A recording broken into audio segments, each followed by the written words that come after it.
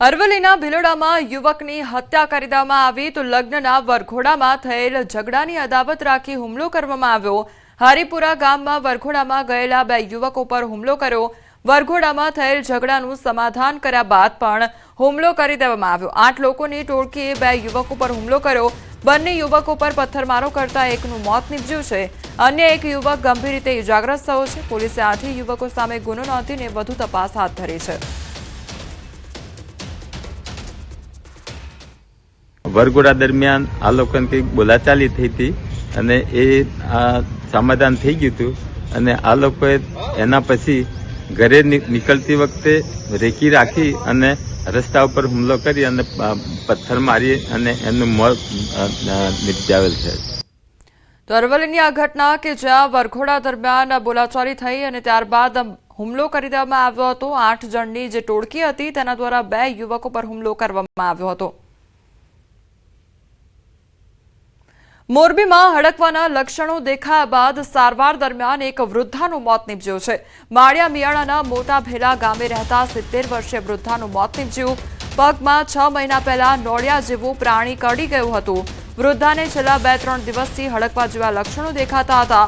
મોરબી સરકારી હોસ્પિટલમાં સારવાર દરમિયાન તેઓનું મોત નીપજ્યું છે।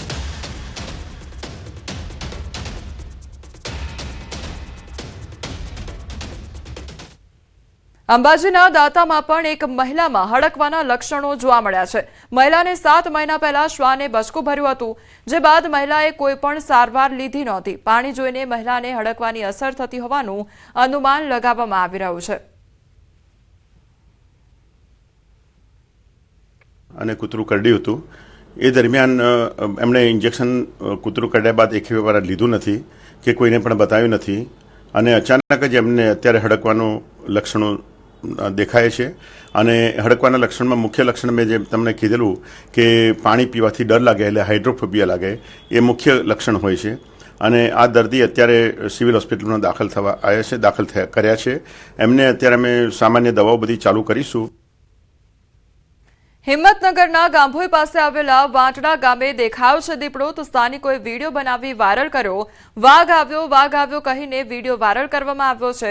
આ જંગલ વિસ્તારમાં માત્ર દીપડા હોવાનું વન વિભાગનું નિવેદન સામે આવ્યું છે, તો વિડીયોના આધારે વન વિભાગ દ્વારા તપાસ હાથ ધરવામાં આવી છે। સ્થાનિકોમાં ભયનો માહોલ છે, તો રેન્જ ઓફિસરે તાત્કાલિક પાંજરું મૂકવા જાણ પણ કરી છે। અગાઉ પણ આ વિસ્તારમાં દીપડો જોવા મળ્યો હતો।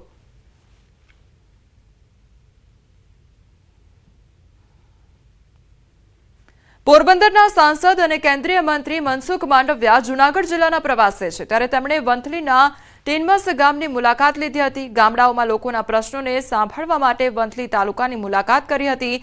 હાઈવે પર આવેલા ઢાબામાં લોકો વચ્ચે બેસીને રસનો ગ્લાસ પીતા જોવા મળ્યા હતા।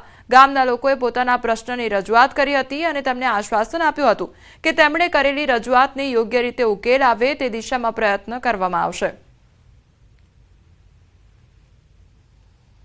આ જે ટીનમસ ફાટકનું સર્કલ છે એને બનાવવા માટે અમે વહીવટી તંત્રને અવારનવાર રજૂઆત કરેલી છે, પણ કોઈ પ્રશ્ન હલ ન થતા આજ રોજ અમને માલુમ થતા માનનીય કેબિનેટ મંત્રી મનસુખભાઈ માંડવિયા આવી રહ્યા હોય અને તેના સ્વાગત સ્વરૂપે અમો ચારેય ગામના એકઠા સાથે મળી અને આજ રોજ માનનીય કેબિનેટ મંત્રી મનસુખભાઈ માંડવિયાને રજૂઆત કરેલી છે અને અમને સંતોષકારક જવાબ આપ્યો, તો અમને આશા છે કે હવે આ પ્રશ્ન અમારો હલ થશે।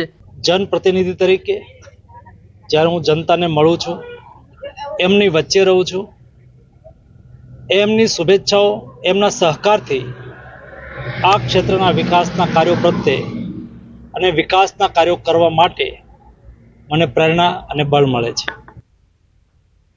દાહોદમાં ફૂલપરી ઉસરા રોડ પર ટ્રક ફસાઈ અને અંડરપાસની ઊંચાઈ ઓછી હોવાથી ટ્રક ફસાઈ ગઈ, તો નેશનલ હાઈવે ઓથોરિટીની બેદરકારી છતી થઈ છે। અંડરપાસમાં વારંવાર વાહનો ફસાતા હોવાની ફરિયાદ પણ ઉઠી છે। અનેક રજૂઆતો છતાં ઊંચાઈ ન વધારવામાં આવી, તો અંડરપાસની ડિઝાઇન સામે અનેક સવાલો ઉઠ્યા છે।